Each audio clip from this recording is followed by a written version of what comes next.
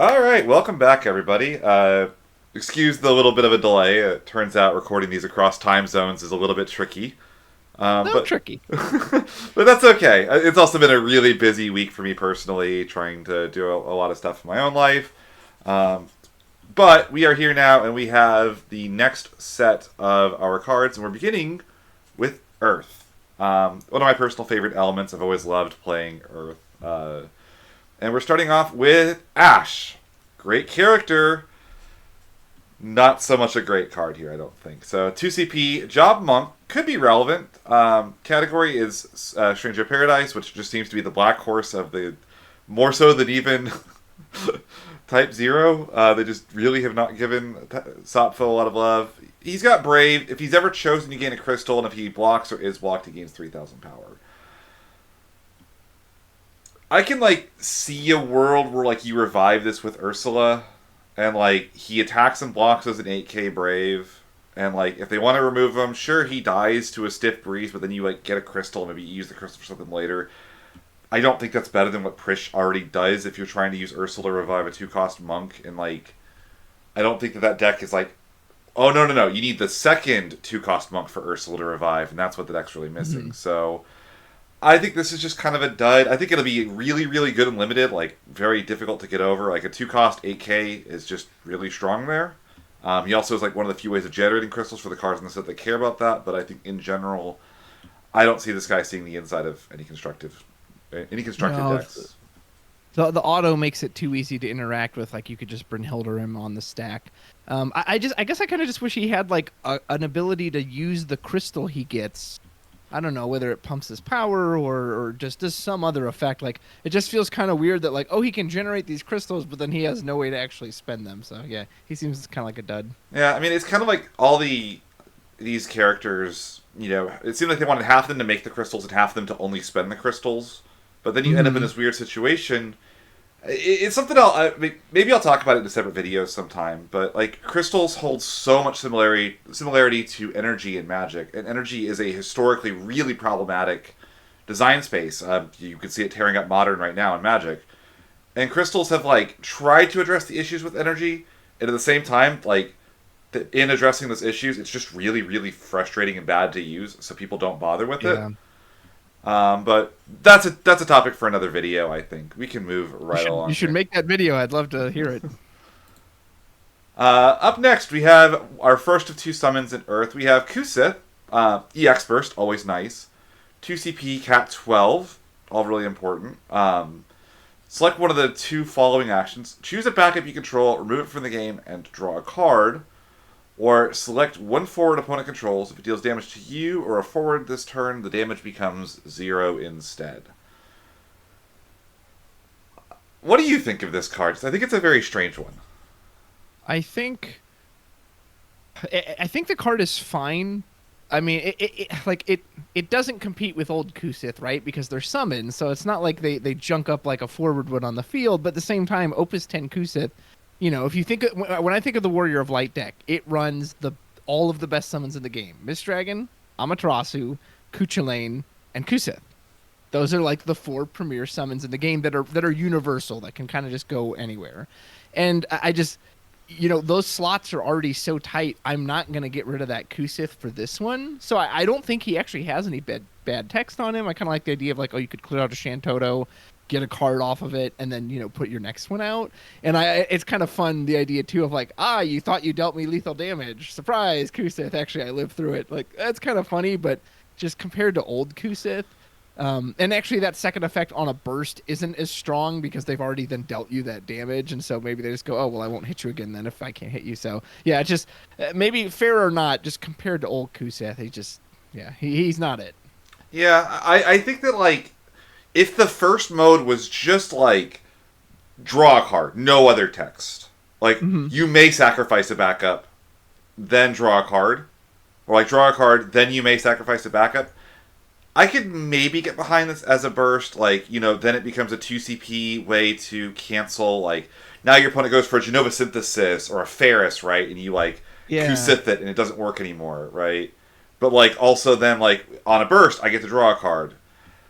But, without that, the first mode requiring you to sacrifice a backup. There are games where you're okay with that, but a lot of times when you put a backup down, that backup has to stay out there for several turns to regenerate the value that you put into it. And Hmm. best use of it is not very likely going to be cast a summon from hand to remove it from the game and have the summon replace itself. Like if it was maybe like draw two, you could consider it then, because then you're like Yeah. replacing the backup and the summon in hand, but only replacing one. I think really makes that mode dead on arrival. And the second mode just I think is going to be niche enough where you're not likely to have this card in your deck. Yeah. Very fair. Up next, we have Cloud. All these Theatrhythm cards, how to get the FF7 protagonist in there. So 2 CP Earth. He's been in Earth a couple times, not too shocking.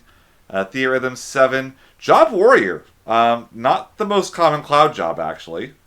Hmm. When Cloud enters the field, you may pay Earth 2. When you do so, choose a dull forward, break it, and then he's got a special of Earth, tap, choose a dull forward, and break it. I mean, he seems really solid for what he is, which is if you're in Fire and Earth and you're playing Tyvis, you can play Cloud as a option to get off of the Tyvis to get a backup. And then maybe you play it off of the Tyvis. Maybe you say, okay, off of the Tyvis, I'm going to play another Warrior from hand, and then ditch 2 Earth in hand to play the Cloud. All these seem like pretty reasonable things. Having a special means that it's a rare backup that like you're okay with playing multiples in your deck. I almost wish he had a chance to break himself just because like the Cloud name is so strong between the Limit Break, even stuff like the Cloud Pod Cloud. But like this one kind of fills a niche that like those don't fill by being a different element. That there's a pretty okay chance this guy will eventually find his way into a deck at some point. He is very intensely playing that violin, which I like. I just kind of want to touch on a few weird aspects. Like he's named Cloud, so the name clash. Since the name clash is already there, I really wish the entry effect didn't have to be a dull forward because you're still paying 5. You're paying 5. It has to be the moment he comes in. So if you play this turn one when they don't have a forward, you miss the opportunity. I kind of understand maybe the Braver having to be dull because again it's 1 cheaper. It's only 4, but I just really wish that entry effect it didn't have to be a dull forward. Like I think it would have been fine if you're paying 5 to break any active forward or whatever. I like that it's optional though. Like if it was like 5 break a dull forward or even 5 break a forward might just be dead on arrival. Like Maybe. making it like 2 with a kicker to break a dull forward I think feels a lot better because then it's like the you don't have to be very good as a 2 CP backup that can fit into an engine to feel pretty good about the card, right? Yeah. So True. like you don't ever have to actually pay to break the forward. It's just like it's there if you need it.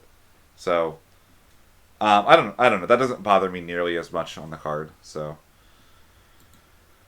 up next we have Titan. It's going to go out of order between Titan and Hugo. Titan, job icon, category 16, 6 CP brave, cannot become dull by your opponent's summons or abilities. So kind of the big bungus earth text. When Titan enters the field, or when Hugo primes into Titan, choose a forward opponent controls. If your opponent doesn't pay 3, deal it 9,000 damage.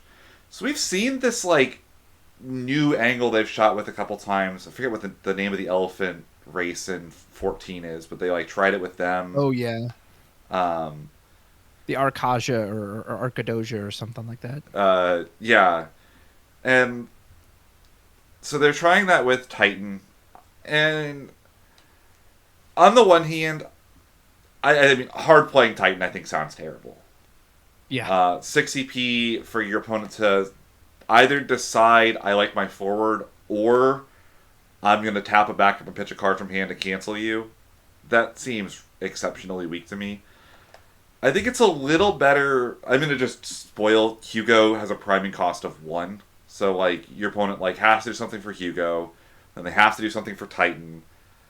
And even there, it's like, how many forwards am I really going, like, no, like, I don't know, these browbeat effects have to be so comically overpowered to be good. And I'm like, 9k damage doesn't even kill Warrior of Light. Yeah. It like, if I don't want to do it, again, I can just pay to negate it. If I'm on empty hand, sure, that kills 2 things for 5 CP, but like, so does Genova Synthesis. Yeah. With so much less work. And no chance that, like, it doesn't work, right? I think of, like, the Ice Yotsuyu that, like, you hated. Hmm. where it's like your opponent discards a card to break the forward. And that card has never seen the inside of a competitive sleeve. Yeah. And I just look at this and I like it just feels like a miss to me, honestly. Like Titans should be this big Unga Bunga guy that like enters the field. All your field is gone now, or like Hmm. I'm gonna rip your break zone and flip it at your forwards or something. Like I could see like so many like fun, flavorful things, and like I'm gonna inconvenience or tax you just doesn't feel like a Titan thing to me. And on top of that, he's smaller than Ifrit. He's a 9K. Yeah. Like, if there was ever an excuse to just like print a comical number on a forward, make him a 12K, right? Who cares? Yeah. Like, would that have broken the card? No. It would have just been funny. I legit thought I misread the card the first time I read it. I was like, wait, no, there's no way that's all he does. I appreciate the big old Earth, big Chungus energy that can't become dull. I can't believe there's no continuous effect. That it's also not when he attacks or at the start of attack. Like it's just a one and done. It's all right the first time he shows up, and then that's it. And then they can just choose. Okay, well I'll pay 3. There you go. Like if it was continuous, if it was every at the start of your attack phase when he attacked, like if you want me to pay 6, like you said, I can pay one more for Ifrit, who is continuous, who is threatening that 10k over and over and over again, and he himself is bigger. And if you played this boss fight in 16, Titan dwarfs Ifrit by miles. Like he is like I don't know thousands of times larger than Ifrit. So this card just feels very very underwhelming to me. And it's another icon that doesn't have a special, so you can't even like feed the multiple copies into it. So yeah, I was very underwhelmed by this. Yeah. Uh, Speaking of not underwhelming, we have our next derpy Ryoma Ito. I love it when he gets the ability to just do these like weird arts like this. Hmm. So this is our monster cycle. The same text. You attack with a forward, you can sacrifice the monster, and then when it's put from the field in the break zone by any means, whether it's by its own ability or something like a witch, choose a dull forward opponent controls, break it. I think this is like pretty fine, honestly. I mean, even not even obviously with Witch, this can now be Witch shrink something by 7K, and then you pop the dull forward over there. Hmm. Everybody attacks. Like there are going to be dull forwards at some point in the game, so I think by that metric, I think this is like it's fine. I don't think it's an all star. It's not breaking the game. It's not the best card in the game, but I do think that like it's a card that I could consider putting one of in like an Earth Water monster deck. Yeah, I think this is another one of those strange cards that like I think all the text on it is fine, and yet it still won't see any competitive play. I don't know about any. I mean, like I said, the North American Championship was won by Earth Water Monsters. I think you could consider one copy of this in that deck. True. It would be fringe in that deck at best, but like it's not a bad card. It's a decent little utility rare you could throw in, which Yeah. I like those. I think those are worth having in the game, and I think Cactite's a pretty good one.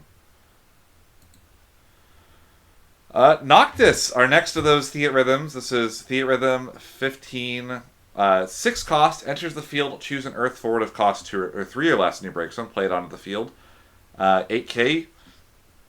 I think this guy's just pretty good. I don't know why. Like these Theatrhythm cards are usually pretty bad, and like Earth just randomly has a bunch of good ones between Cloud and Noctis and Ishtola. These reanimator effects again are always really strong, and Noctis is overcosted for 1, but that can be seen as an upside with Emmett Selk. You can get Emmett Selk, search Noctis, play the Noctis, bring something back. That deck can now consider playing Regis if it wants to, which is a job king that searches a category 15. Now you can go Regis, get Noctis. Targets you can play off of this, you can play the Earth Ice Prish. You can play Billy Bob and just get back like a Montleonis and just keep kind of storming off in Earth. You can get back the new Lightning Legend if you want to. Like, there's just so many like randomly good targets you could revive with this that I think this card is just generally pretty solid. Orcakis, bring back a monster, pad that Earth character count even more. What do you think? My feelings are pretty much the same as the last card. That I think the text is fine, but is anyone going to run this competitively? And again, not because it's bad, but we have so many of these reanimator effects. So like, what is he doing that's unique that 50 other cards haven't done at this point? And of course, it has my least favorite double death of both Mist Dragon and Amaterasu mess it up. So he's fine. Again, I don't think there's anything wrong with him. Is anyone going to use this one? I'll be surprised with that. I would push back a little bit on Reanimator being popular because I really don't think there's that many, which is why when they do show up, they all tend to be very powerful. You know, anytime I see that line of text on the card, I'm never going to underrate it after I underrated Alize and saying Alize is so much worse than the Oh, Opus, sure, yeah. you know. So I'm not going to count this card down at all, especially like, you know, it's a little bit faster maybe if you need to go like Emmett Selk into like this big combo turn earlier than like when you have a bunch of backups down against like an aggro deck. I could see so many different uses for this card potentially.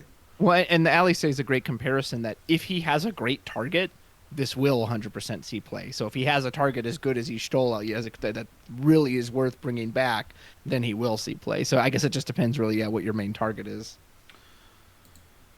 Up next, we have our first Earth Legend in Bosch. He's a job captain, not super relevant. 5 cost, category 12, 9k. And this is a weird one. So if you control 2 or more category 12 characters, the cost required to reduce cast him is reduced by 3. So he goes to being cost 2. And then at the beginning of the attack phase, during each of your turns, you get to do one of the 2 following actions. Either all of your forwards gain 2,000 power and brave, or you get to flip the top 3 cards of your deck, add 1 category 12 card to your hand, and then you mill the rest. So I don't know on this one. It's not that difficult to get the category 12 characters into play. We've got cards like Vieira. I think you could do, if you're in Earthwind, which you probably are, because I imagine that this is meant to be played with Fran.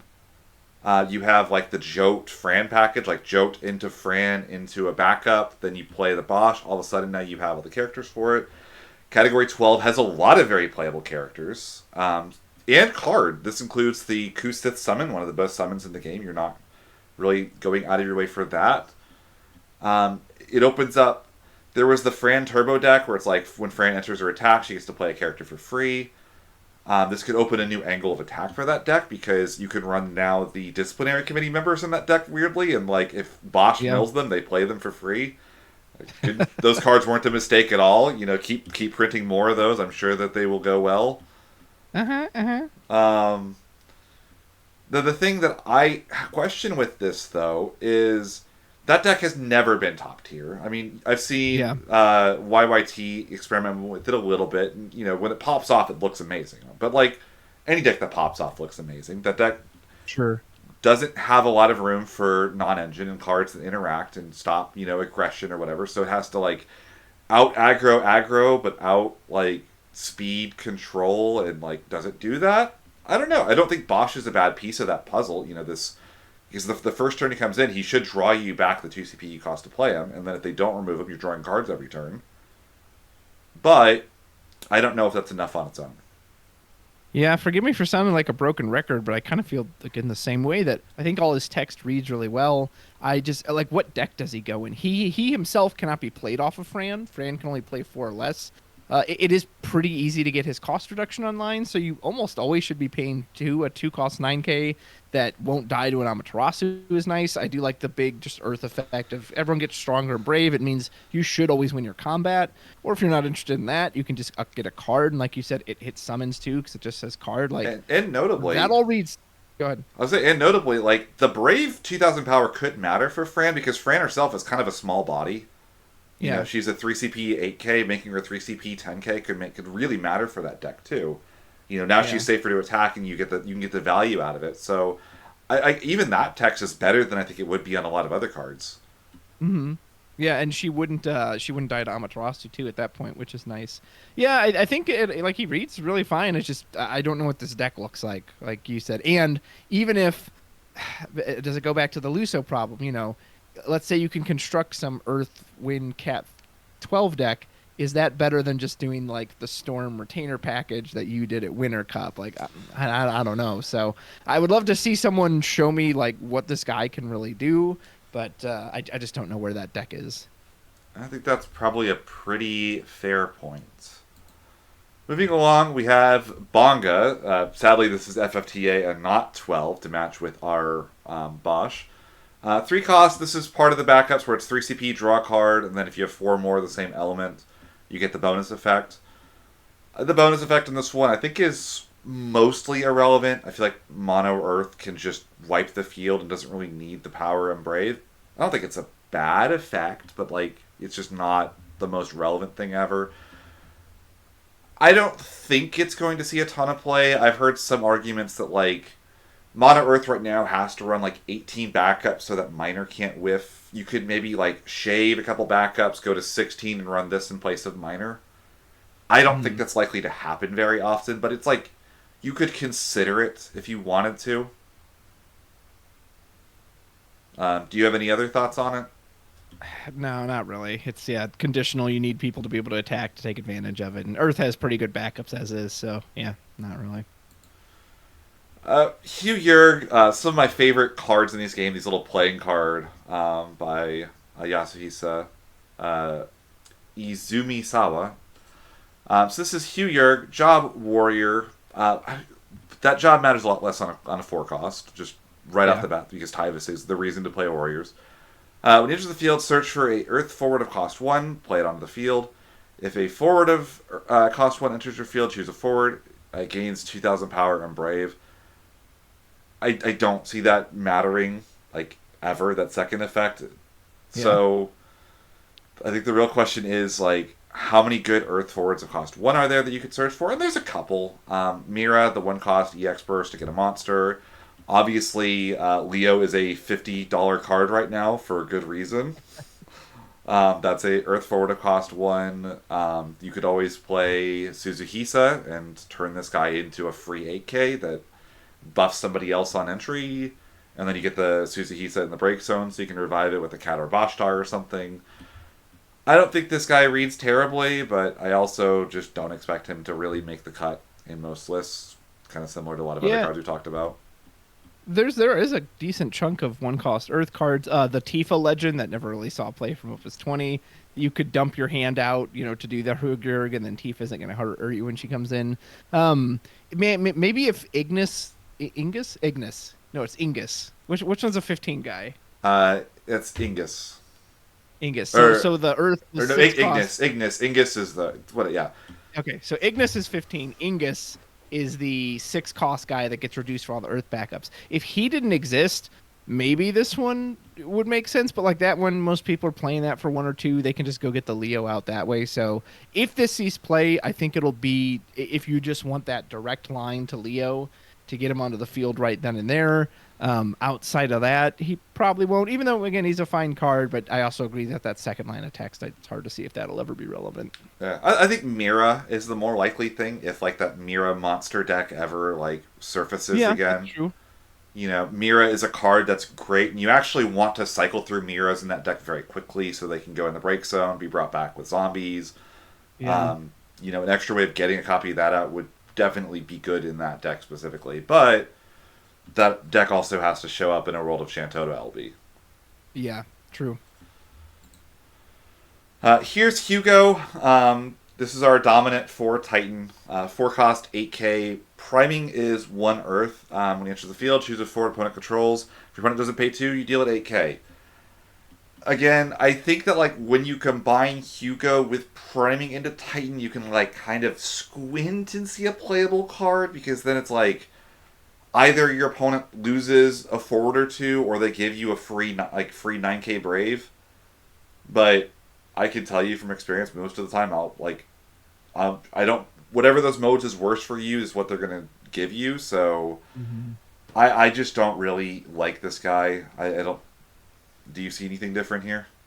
No, and especially as FF goes on and we get bigger bodies, the difference between 8K and 9K has just grown substantially. So I think there's a lot of cards too that Hugo isn't even going to kill, whereas maybe Titan could. So I was very disappointed with these. Was hoping for more. Moving along, we have Fenrir. This is our hero summon. First of all, I got to switch to the full art for this one because it is gorgeous. If you cast Fenrir, you could discard or you may discard a card as extra cost. Spoiler: you need to discard the extra card. Yeah.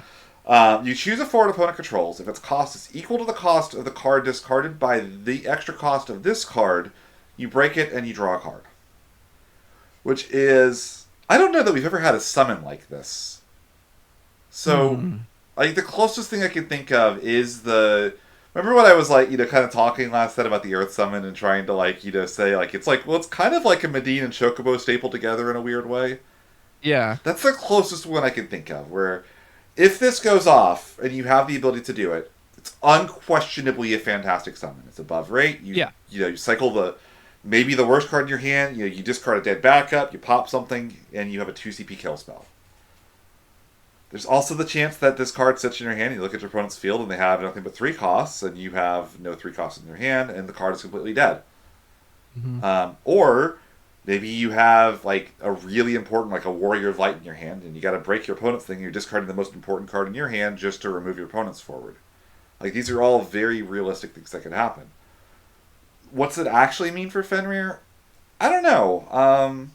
I think that like Mono Earth could consider this in like the Titan slot, just because Mono Earth actually does run like 1 cost, 2 cost, 3 cost, 4 cost, 5 like all these different cards, and it runs a lot of backups. And the backups are all different costed. There's plenty of 2 cost backups, 3 cost backups. There's extra copies of Claris in there, right? Like all these backups that you don't really have anything better to do with. Fenrir can cycle them into better cards, and there's no restriction. You can discard a summon, a backup, monster, anything.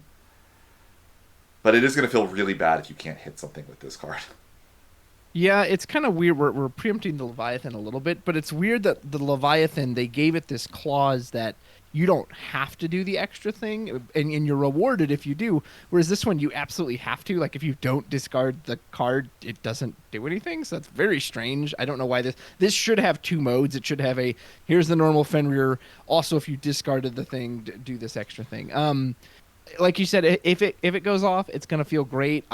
As long as I played FF, I feel like consistency always became king. When you cast Mist Dragon, it dumps the break zone, no questions asked.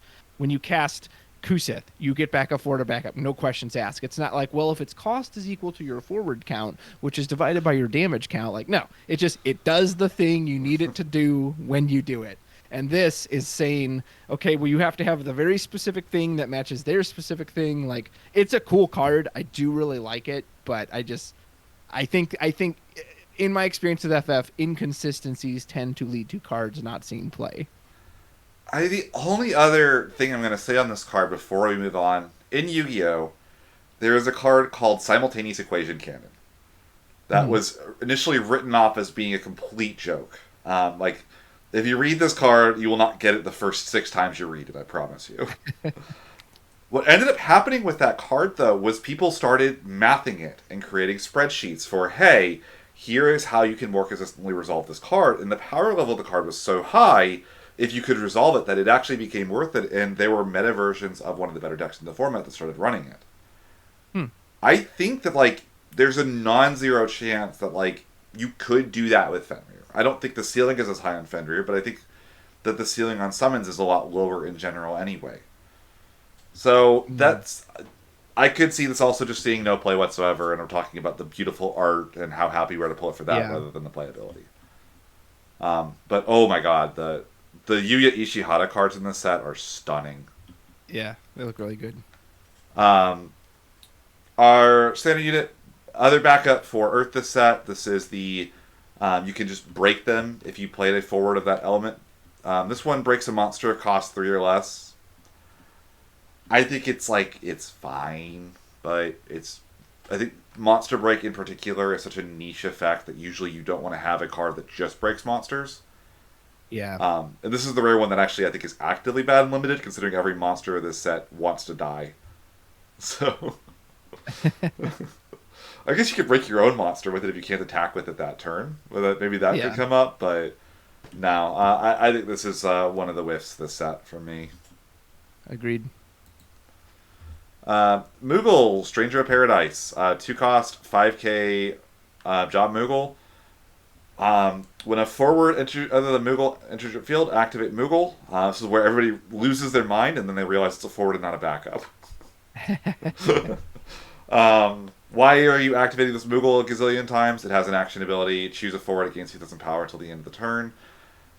I can't see this card seeing play in anything. I think it'll be really good and limited because it just says while I'm on the field, you win combat for the rest of the game. A little combat, like an on-field combat trick that says I get to attack with impunity and you can't do anything about it. Does that matter at all in constructed? No. Maybe you get to live something lives in Amaterasu that doesn't normally live. Um, but even niche stuff that I was thinking of, like, well, maybe like um, the Barley, right? Oh, you activate a card and you do the cleave. It's like Barley only works on Mhm. backups activating. Yeah. So even that, like, even though like the really weird stuff I was looking at for this card doesn't work. So this one's just a dud for me. The Sopfo Yeah. first continues, or Sopfo curse It, continues. it makes me a little nostalgic for like the old times when little like power buffs like this would matter because it's a cute idea. Like, oh, he's just your little power buff engine, but yeah, it won't see competitive play. I imagine this would have been a really fun card to like send back to like Opus 2. Yeah, I know. Yeah, that would have been a treat back then. Up next, we got Moore's Type 0 Warrior. He's got Brave, and when he enters the field or attacks, you can pay 1 Earth, and then when you do so, you choose a forward, and then Moore's in that forward will fight.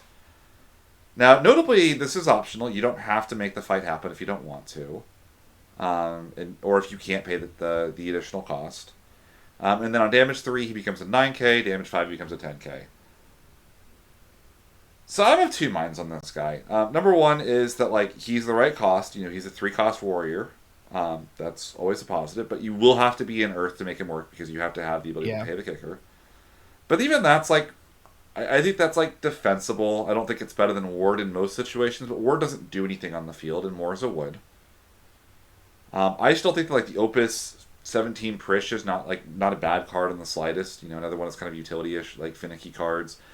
And a Hmm. lot of people messed around with the Gilgamesh from a couple sets ago. The one like the mono, the Gilgamesh, like if you have 5 backups, it can't be broken. Then you like Yeah. pay, was it 2 Earth and 1 to, make him break a forward or monster every time he like enters the field or attacks. And I read this as just a straight upgrade to that Gilgamesh, just because it's so much cheaper. That Gilgamesh was just so expensive to resolve. Yeah. It really And was. like and taxing you every single time. I'll pay 1 for a fight. I don't think I can use 3 of my backups every single turn for it. Um, what do you think? This is gonna be the same mark from you? Does it go through protection effects like Rydia? It does. This is a fight. Okay. That's really good. That's a point in his favor. I'm reading him and I like him quite a bit. There's no negative downside. This is one of those weird cards that like they still think a 3 cost 7k is the normal stat line, so he's overstated for his cost. He has a continuous effect, so he has does an effect on entry and then generates it. And then he as he gets stronger, he can deal with, 9Ks and 10Ks and like yeah, I kind of like him.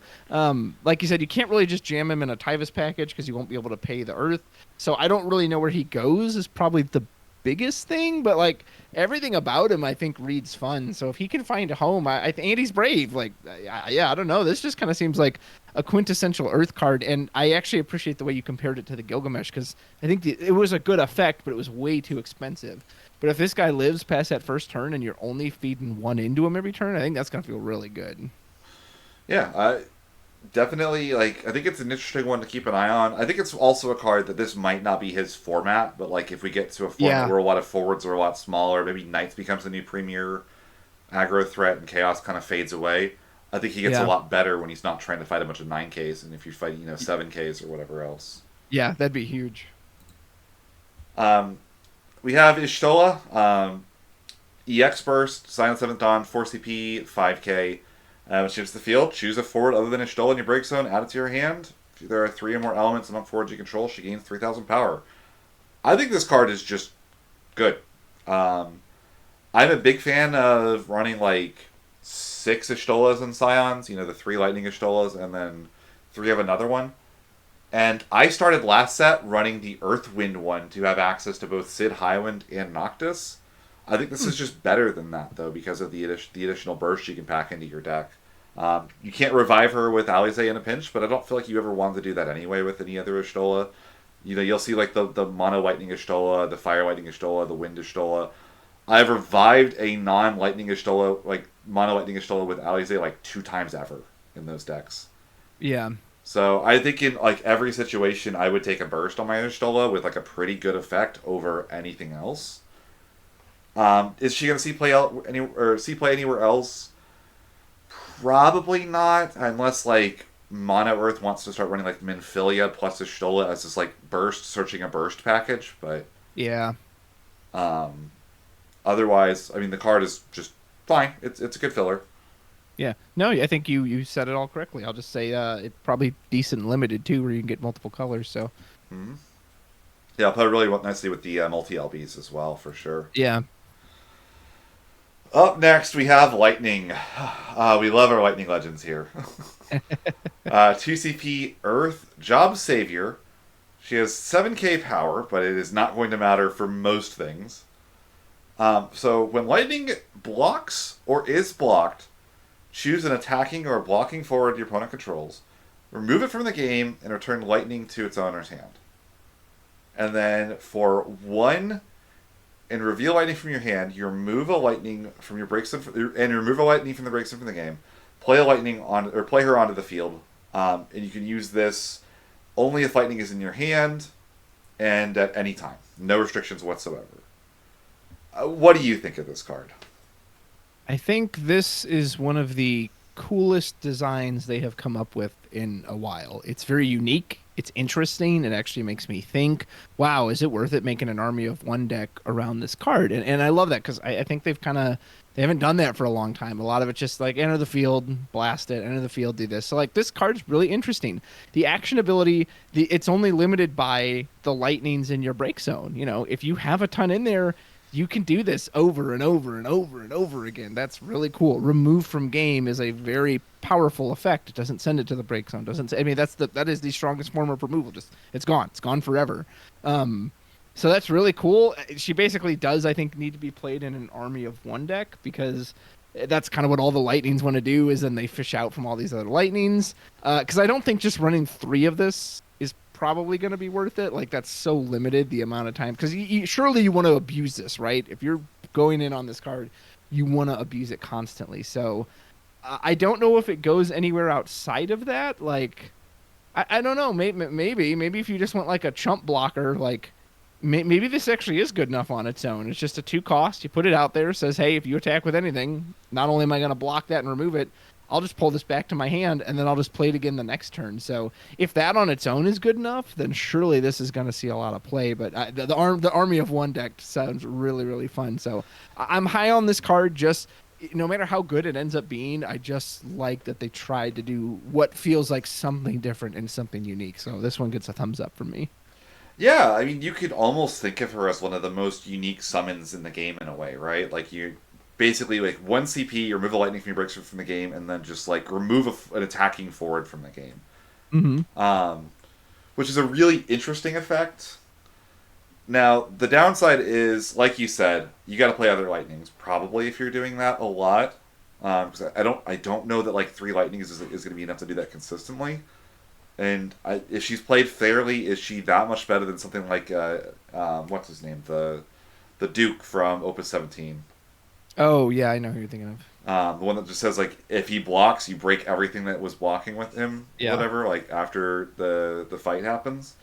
Yeah. Um, Now, and then there's other weird stuff like she starts fighting with like the earth, the water lightning as well. Like they're fighting over the same lightnings in the break zone potentially. Like that could be a weird issue. I do have one fear with this card. Is that it dies to dull freeze? No, not related to the card itself. More so the deck that I think is most likely to play her early. Oh, I gotcha. Um, this is the biggest buff to Chaos this set. Oh. Chaos wants card name Lightning. They want a 2-cost Earth card to pair with their Ezel. She does not require a color. And if you're an aggro deck, you would love it if your opponent blocks. Like, okay, cool, I'll take this back. I get my card back, and you lose your really powerful first strike blocker or something you have, right? So she's going to get in for damage almost no matter what when she attacks. And you can kind of back attack her in on your opponent's turn. So her first and most likely home for like decks that currently exist, I think is really scary. Mm-hmm. But I do think like the idea of playing a deck with like 15 lightnings in it sounds really fun. Yeah. So didn't mean to sour you on the card that much. No, no, no. I still like her. Rulgia, this is the Earth Warrior, the Crystal. Um, we'll get to these when we talk about the Earth, the Light Hero. I think this is one of the better effects on them, but not the most important part of these cards at all. Yeah, Uh, they're underwhelming, but a nice little field effects. It's fine. yeah. I think this is our last one. This is Leo. Let me double check. Yeah. Um, King, Crystal Chronicles, one cost, meant to pair with the Hugh Yerg, I imagine. 1 CP 3K. When he enters the field, dull 3 active characters, choose a forward, break it. Very simple text. It's not bad text, right? Like, you can think of this as like a 4 CP kill forward if you use just backups, but like, if you go a little further, maybe you've got like, some monsters, an Evray or a Blue Worm or something. You just like, they're not going to attack that turn. You can just dull them with the Leo. Leo can dull himself if you want to. He doesn't have to stay active. The biggest thing about this card that I see is this name sucks. Yeah.